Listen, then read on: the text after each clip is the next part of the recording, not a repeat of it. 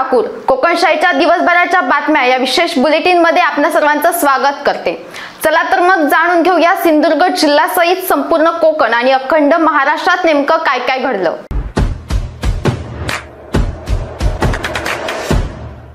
धनगर समाजाला आरक्षण मिळेपर्यंत आदिवासी समाजाच्या ज्या योजना आहेत त्या लागू करण्यात येतील अशी घोषणा मुख्यमंत्री एकनाथ शिंदे यांनी केली आहे। धनगर आरक्षणासाठी सह्याद्री अतिथीगृहात आज बैठक पार पडली। या बैठकीतील चर्चेची माहिती मुख्यमंत्र्यांनी पत्रकारांशी बोलताना दिली।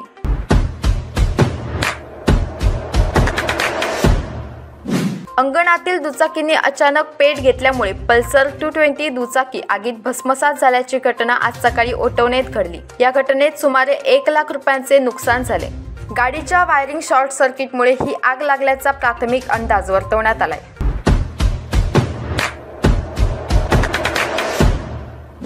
चंद्रावर सूर्योदय झाला असल्यामुळे निद्रावस्थेत गेलेल्या चांद्रयान 3चं विक्रम लँडर आणि प्रज्ञान रोवर दोन्ही डिव्हाइसेस पुन्हा सुरू होण्याची शक्यता वर्तवण्यात येत होती।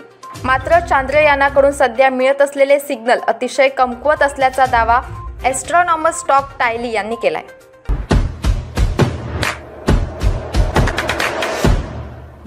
कांदळगाव गावकरवाडी येथे शीतपेय वाहतूक करत असलेला मसूर येथील रिक्षा टेम्पो समोरून येणाऱ्या वाहनाला बाजू देताना रस्त्याच्या बाजूला शेतात पलटी झाला। ही घटना आज दुपारी घडली।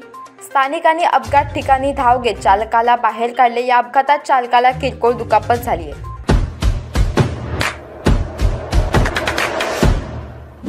अजित पवार गटाच्या वतीने गुरुवारी विधिमंडळात शरद पवार गटातील 10 विधानसभेच्या आमदारांविरोधात आणि विधान परिषदेच्या 2 आमदारांच्या विरोधात अपात्रतेच्या कारवाई संदर्भात याचिका दाखल करण्यात आली।